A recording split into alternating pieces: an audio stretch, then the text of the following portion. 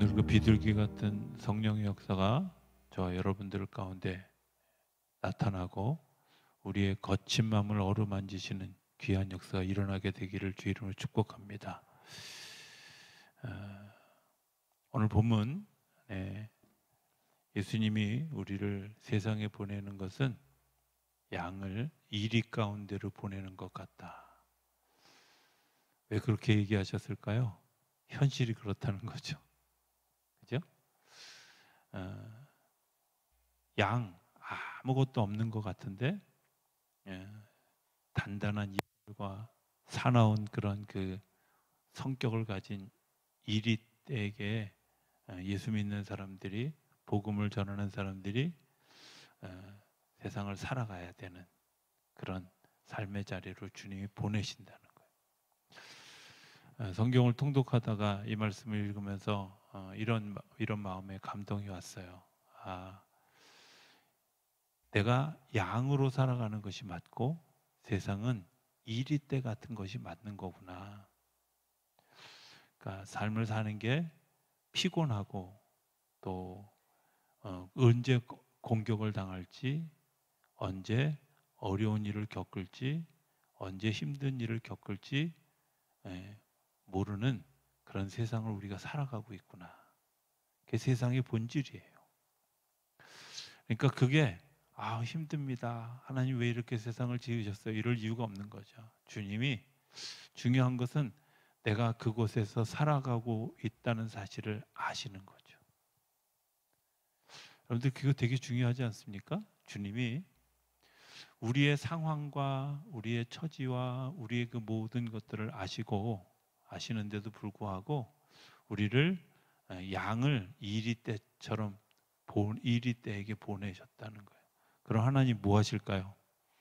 당연히 불꽃 같은 눈으로 지켜보시고 우리를 지켜주시기 위해서 천사들을 동원하시고, 그리고 예수님이 우리를 위해서 중보하며 기도하시고, 이제 드디어 약간 이제 좀 이제 감이 좀 오기 시작했어, 그죠? 하나님이 그렇게 하신다는 거죠. 하나님 왜 내가 이렇게 겪고 있는 거 모르시잖아요. 아니요, 아셔요. 가슴 아파하시고 힘들어하고, 그리고 그것 때문에 기도하게 되고, 예수님이 정말 그 간절히 우리를 위해서 기도하는 성령을 보내셨다라는 말은 그래서 우리를 돕기 위해서, 말씀이 생각나게 하기 위해서 우리로 하여금 하나님만 바라보고 생명의 잔치를 살아가게 하기 위해서 성령님을 보내셨다는 거죠. 그래서 오늘 성경에 나오는 그 뒤에 이제 너희를 이리떼에게로 보내는 것 같은데 너희들이 비둘기같이 순결하고, 그다음에 뭐처럼? 성경 안 읽으셨어요? 뱀처럼? 슬기 지혜로우라고. 자, 여러분들 우리가 왜 성경이 이렇게 얘기했을까? 오늘 비둘기에 대한 얘기를 좀 하려고 그래요.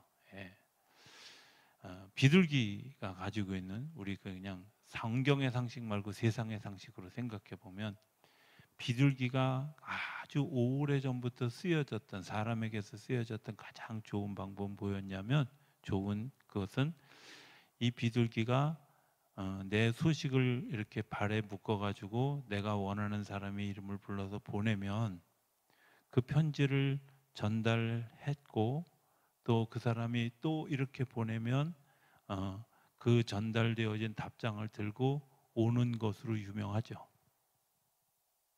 그런 얘기 못 들어보셨어요? 저 혼자만 들었나요?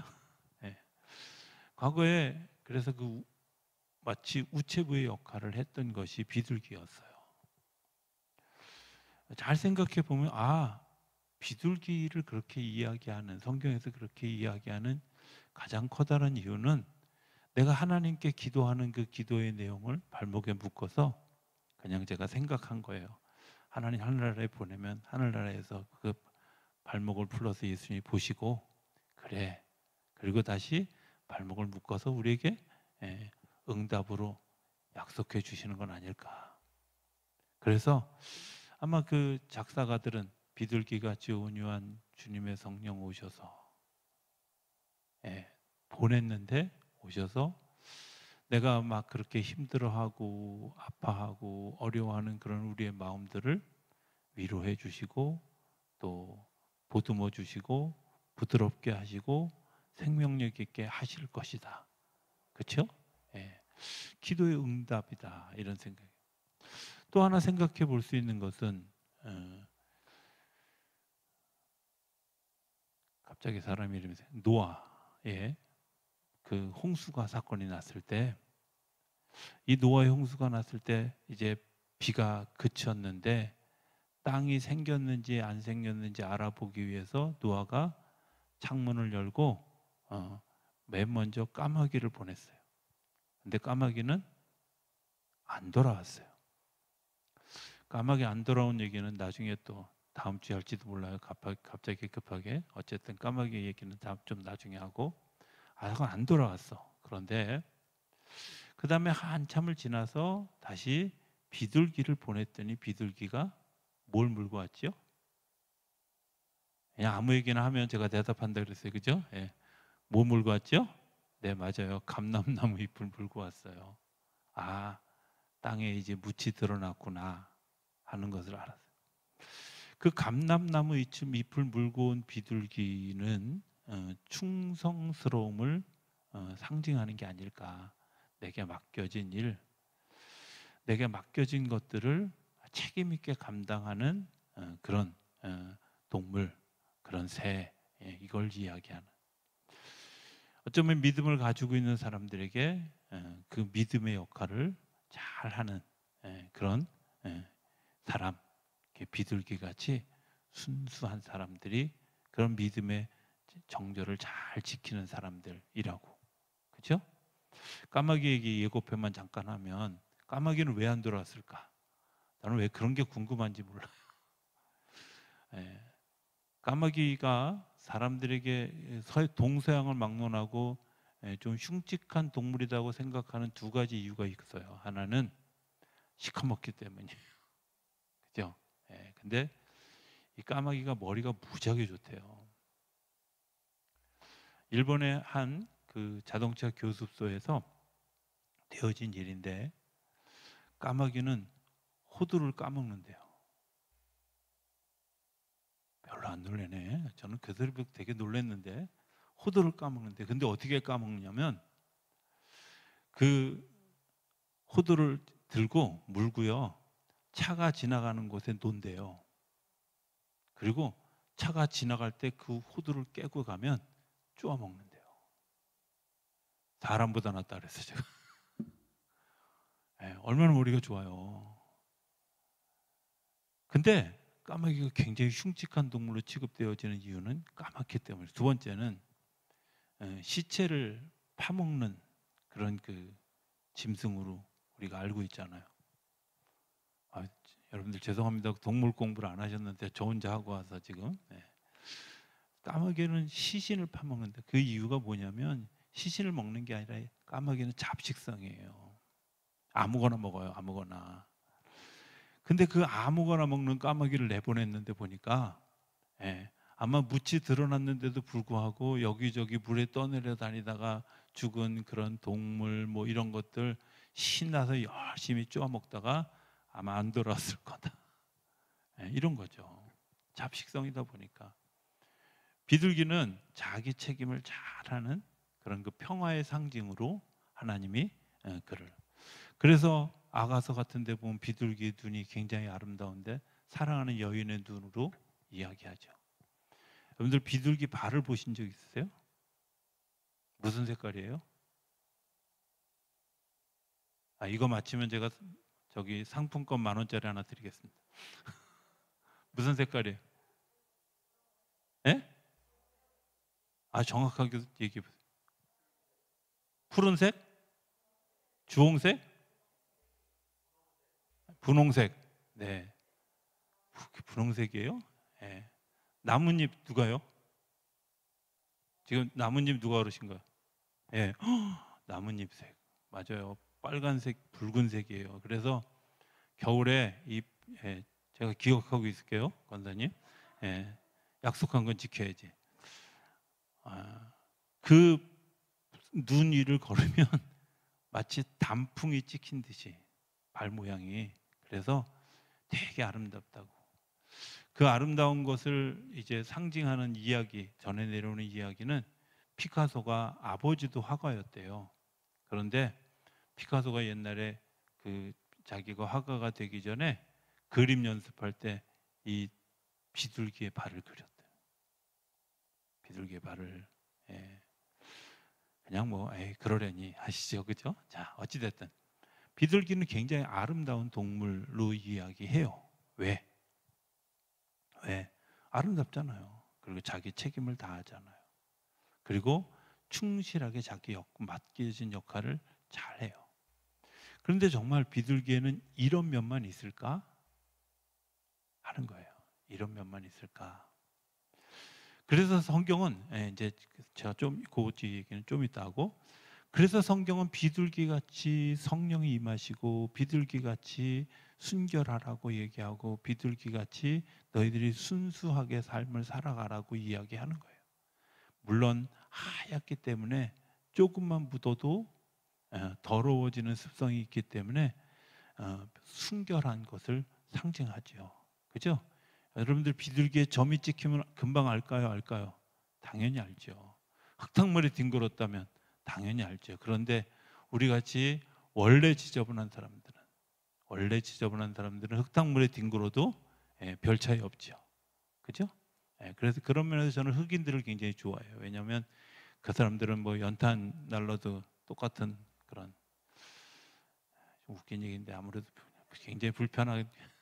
자, 어찌됐든 그런데 하나 기억해야 될 게 있어요.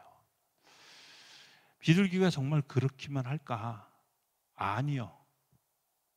굉장히 아주 포악한 면도 있다는 거예요. 굉장히 포악한. 비둘기를 평화의 상징이라고 이야기합니다. 그런데 평화를 지켜야 되는 상황에 가면 굉장히 잔인해진다고 그래요. 동물학자인 로렌스라고 하는 분이 있는데요. 오스트리아 사람이거든요. 이 사람의 보고서에 의하면 이 비둘기는 잔인하게 상대와 싸우면 상대를 잔인하게 정말 목숨이 끊어질 때까지 그 부리를 쫀대요. 어떻게 그렇게 잔인한 면이 있을까? 왜 그렇게 잔인해야 될까? 이런 이야기들을 오늘 본문 가운데서 좀 찾아보기를 원하는 거죠. 저는 예수 믿는 사람들이 그런 비둘기 같은 그런 면이 많이 있다고 생각해요. 기도하는 것, 충실한 것, 그죠? 예수님이 사명에 대해서 충실할 것에 대해서 굉장히 강하게 이야기를 하죠. 성경을 보면 예수님이 야단친 사람들은, 예수님이 막 정말 책망한 사람들은 어떤 사람들이냐면 지도자들이에요. 맡겨진 사람들이에요. 책임을 주어진 사람들이에요. 예수님이 세리들한테 야단치는 거 보셨어요? 예수님이 창기들한테 야단치는 거 보셨어요? 가늠하다 현장에서 잡혀온 여인한테 야단치셨어요? 아니에요. 그 사람들은 불쌍히 여기셨어요. 안타깝게 여기셨어요. 그들에 대해서 정말 책망하고 야단하고 그러지 않으셨어요. 그분들에 대해서는 정말 당신의 온 몸을 동원해서 막아주신 반면에 예수님이 굉장히 책망했던 사람들은 어떤 사람들? 바리새인들, 사두개인들 뿐만 아니라 예수님의 하나님의 선지자들에 대해서 하나님 굉장히 가혹할 만큼 자기 책임을 감당하지 못하는 것에 대해서 아주 강하게 책망하셔요. 왜 그럴까요? 믿음을 가지고 있는 사람들에게 굉장히 중요한 게 있는데 그게 뭐냐면 내가 맡겨진 책임을 잘 감당하는 거예요. 만약에 이런 걸 제가 목사가 되기 전에 알았다면 제가 40일 금식을 해서라도 안 하려고 했을 거예요. 제가 막 그 투정을 했어요. 하나님께. 하나님, 왜 다른 사람들은 잘못해도 그냥 넘어가면서 왜 나한테는 이렇게 가혹해요?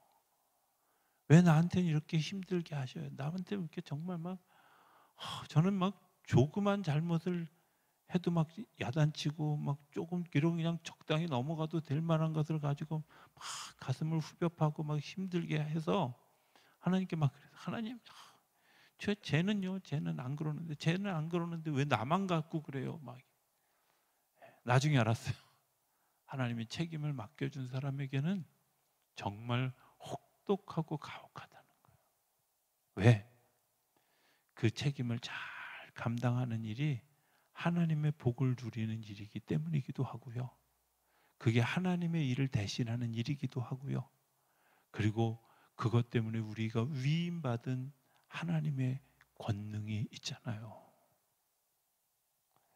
권능이 있잖아요. 여러분들 만약에 예수님이요 이 땅에 오셔서 장사를 하셨으면 장사를 잘했을까요? 네, 잘했을 거라고 생각해요. 아마 예수님은 별로 미천드리지 않고 어마어마한 그런 그 이제 식당을 운영하셨을 거라고 생각해요. 왜? 물고기 2마리하고 보리떡 5덩어리 가지고 5,000명 먹이고 12강줄에 남으면 얼마나 계산이 나올까요? 예? 계산이 잘 안 쓰시나요? 예? 원료는 얼마 되지 않는데 그거 가지고 막 5,000명 먹이고 그 다음에 또 보리떡 5개하고 물고기 2마리 가지고 4,000명 먹이고 막 이런 일이 일어나면 예수님이 장사하셨으면 밥 장사하셨으면 잘하지 않겠어요? 근데 예수님은 당신이 가지고 있는 그 권능을 당신이 가지고 있는 그 힘을 그런 데 사용하지 않으셨다는 거예요. 그런 데 사용하지 않으 예수님의 병 고치는 그런 그 놀라운 능력이 있었잖아요. 죽은 사람도 살아나고요. 원래 그 태어날 때부터 소경이었던 사람이 눈을 뜨게 했잖아요. 여러분 그거 아세요? 제가 언젠가 한번 일부에는 그 얘기했는데 제 친구 중에 의사가 있어요. 의사가 있는데 둘째 딸 아이가 언청이로 태어난 거예요. 근데 생전 그런 거 얘기 안 하던 친구가 저한테 갑자기 우리 둘째 아이가 언청이로 태어나서 수술해. 네가 좀 기도 좀 해줘. 이러더라고요. 그래서 야 별일 다 있다. 야 의사가 뭐 언청이 수술하는데 그걸 기도해달라고 그러냐? 내가 웃으면서 그랬더니 얘가 뭘 모르네 하면서 얘기하는 게 날 때부터 뱃속에서부터 그렇게 태어난 걸 고치기 어렵대요. 그 수술이 신기술로 자기가 미국에 그 공부하러 가서 거기서 그 시술을 배우고 그것들을 이제 그 사람을 데려다가 그 수술을 하는데 샘플 경우였어. 그래서 기도해달라고. 3번의 수술에 걸쳐서 했는데 그냥 얼른 보면 표가 안 나는 정도. 근데 날 때부터 소경되었던 사람을 주님께서 눈을 뜨게 하셨어요. 이렇게 생각해 보면 여러분들 하나님 예수님이 이 땅에 오셔서 의원을 차렸으면 어떻게 됐을까요? 어마어마한 부자. 그런데 하나님은 책임 맡겨진 사람들이 그렇게 살아가는 것을 원하지 않으셨다는 거예요. 그래서 책망하시는데 그래서 비둘기 같이 자기에게 맡겨진 사명, 유혹의 거리가 너무 많은데도 불구하고 이 땅에 물이 이제 묻이 드러났는지를 확인하기 위해서 감람나무를 물고 돌아오는 비둘기 같은 사람들을 하나님이 축복하시는 거죠. 여러분들 그렇게 하기 위해서 가져야 되는 굉장히 중요한 게 뭐예요? 순수함이에요. 순수함. 정결하지 않으면 내 마음에 욕심이 있지 않으면 이런 것들을 이길 수가 없어요. 극복해 갈 수가 없어요. 동물들은 음식을 먹는데 잘 보면 서열이 있어요. 그죠? 제가 그 원숭이들 동물원에 가서 원숭이들 이렇게 보면 뭘 던져주잖아요. 그러면 제일 큰 놈이 딱 와서 딱 집어먹기 전엔 아무도 범접 안 해요. 작은 놈이 와서 막 가져갔다 한 대 터져요. 서열이 있어요. 근데 여러분들 길가에 비둘기들이 모이 먹는 거 보세요. 서열이 있던가요? 없어요. 오합지졸도 그런 오합지졸이 없어요. 평화롭게 함께 다 같이 먹어요. 그래서 비둘기를 평화롭다고 얘기해요. 그런데 그런데 동물들은 자기 영역을 지키기 위해서, 자기 욕심을 지키기 위해서 싸움을 해요. 싸움할 때 여러분들 아시는지 모르지만 서로 호랑이와 호랑이끼리 막 싸우고, 호랑이와 사자가 싸우고, 호랑이와 사자가 싸울 일은 거의 없지만 작은 힘센 짐승들이 싸울 때, 끝날 때 죽을 때까지 물어뜯는 동물이 없어요. 아세요? 네, 없어요. 왜 없는지 아십니까? 내가 이렇게 하는 것이 상대에게 얼마나 치명적인 힘을 가할 수 있는 사실을 알기 때문에, 그리고 상대방이 나를 공격하면 내가 얼마나 치명적인 상처를 입을 줄 알기 때문에 적당한 선에서 항복이라는 걸 해요. 짐승이 두루눕는 거, 배를 드러내는 거, 이거 항복한다는 거예요. 도망가는 거, 이거 항복한다는 거예요. 근데 그걸 놔둬요. 새들끼리는 막 머리가 부딪혀요. 막 이렇게 막 들이밀어요. 여러분들 이거 항복한다는 거예요. 그러면 항복 그냥 받아줘요. 그런데 아까 얘기했잖아요. 비둘기는 아니에요. 끝까지 쪼아먹어요. 왜 그럴까요? 세상의 다른 동물들은 자기 영역, 세속적인 욕심, 이런 것들 때문에 싸우는 거예요. 그런데 비둘기는 내게 맡겨진 책임을 잘 감당하기 위해서, 내게 맡겨진 그 순결함을 내가 지키기 위해서, 그래서 싸우는 거야. 싸우지 않지만 어떤 때 싸우게 되어졌을 때는 정말 목숨 걸고 싸우는 거죠. 적당한 싸움이 없는 거예요. 싸움이 아니라 전쟁이고요. 싸움이 아니라 완전히 그냥 네가 죽느냐 사느냐 이 문제예요.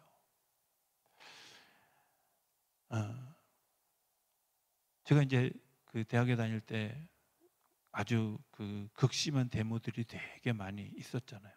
이유가 어찌됐든 뭐 이런저런 이유로 그런 그 데모하던 친구들을 잘 알지는 않지만 어떤 성향의 사람들이고 저 사람들이 어떤 분들인지 다 아는데, 그런 데모하는데 앞장서서 막 목숨 걸고 나갔던 친구들의 7, 80%는 다 기독교 교회 다니던 애들이에요. 어느 목사님이 그런 얘기하는 거 들었어요. 그거 목숨 걸고 할 애들 교회 외에는 없어. 왜? 신앙은요, 목숨 걸고 지키는 거예요. 생명이야. 해도 되고 안 해도 되는 게 아니라 하나님이 우리에게 맡겨주신 것에 대해서 내가 최선을 다해서 내가 목숨 걸고라도 그 일을 하는 거예요. 비둘기는 정말 그 하나님과 교통하고 맡겨진 책임을 잘 감당하고 순결하고, 그리고 정말 아름다운 동물인데, 그 아름다운 동물 속에 있는 그가 잔인함이 있다고 생각하지만 사실은 잔인함이 아니라 자기 안에 있는 순수함이, 내가 이것을 지키기 위해서, 내가 이것을 막아내기 위해서 목숨 걸고 자기가 싸우는 거예요. 예수 믿는 사람들에게 있어서 중요한 특징이 있는데 그게 뭐예요? 하나님과 교통하는 것이고요. 그리고 내가 순결하고 내가 정결해지는 것과 뿐만 아니라 맡겨진 책임을 잘 감당하는 거죠. 맡겨진 책임을. 저는 예수 믿고 복 받은 게 아니라 예수 믿고 저주에 가까운 삶을 살았던 사람이 누구라고 생각하냐면 사도 바울이라고 생각해요. 세상적인 관점에서 보면 사도 바울은 폭망한 사람이에요. 왜? 그가 살 만큼 살았어요. 부자였어. 바리새인이었어. 존경받는 사람이었어요. 그가 로마 시민권을 가져서 불체포 특권을 가지고 있던 사람이에요. 굉장히 하이클래스의 사람이고 정말 뭐 상위 몇 프로 안에 드는 그런 넉넉한 사람이에요. 근데 그가 자신이 고백했던 것처럼 40의 감한매를 3번이나 맞고요. 옥에 갇히기를 수십 번 하고요. 사람들에게 몰매 맞고 막 그런 일들을 끊임없이 겪었어요. 사도 바울이 내가 예수 믿고 난 다음에, 내가 예수를 구주로 고백하고 난 다음에 그가 걸었던 삶의 여정, 복음을 전하기 위해서 2만 킬로를 간 거예요. 지금 2만 킬로는 그냥 뭐 차 타고 비행기 타고 휙 갔다 오면 2만 킬로 갔다 올 수 있는 거리라고 생각하지만 사실은 그때 걸어서 뭐 이렇게 다닐 때 2만 킬로는 여러분들 하루에 우리가 보통 몇 킬로 걷죠? 만보 걸으면 몇 킬로인지 아세요? 잘 모르시나요? 보통 만보 걸으면 한 6킬로 걷는다 그래요. 6킬로에서 8킬로. 근데 그 6킬로에서 8킬로 하나를 걷는 것도 저는 못하는 때가 대부분인데 일생을 살아가면서 2만 킬로를 걸었어요. 그가 그 바쁜 와중에도, 옥에 갇힌 그 와중에도 정말 엄선하고 엄선한 책, 신약성경 27권 중에 13권 정확하게 이게 바울의 것입니다 라고 분명하게 딱 찍혀져 있는 게만 13권의 서신을 썼어요. 생각해보면 어리석은 짓 같잖아요. 왜 그랬을까요? 하나님이 내게 맡겨주신 일, 내가 믿음으로 잘 감당할 수 있도록 그에게 비둘기같이 순결하고 뱀처럼 지혜롭게 삶을 살아갔던 거예요.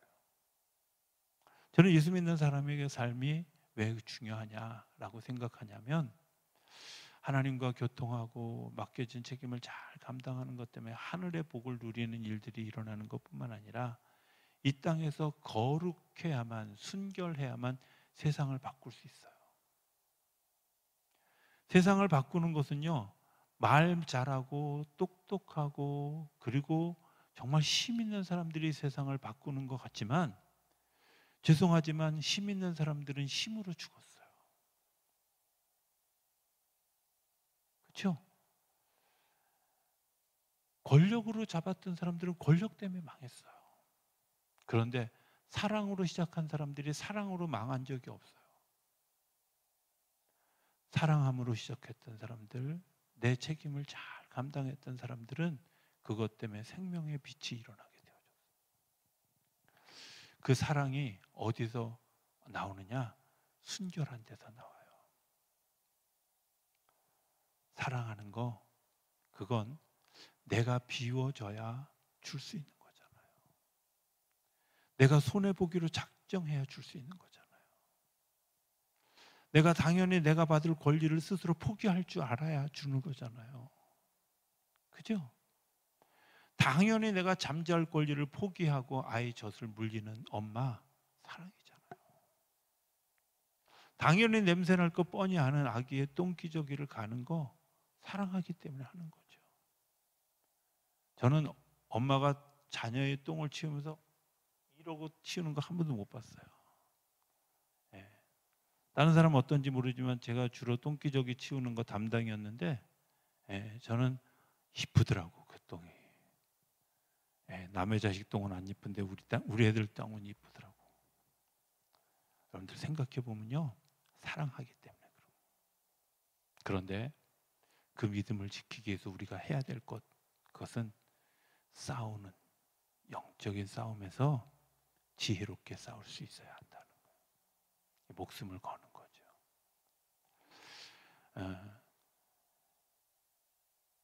어떤 그 젊은 청년들이, 특별히 제가 이제 그 훈육교회 가서 설교하면서 많이 들었던 질문 중에 이제 하나.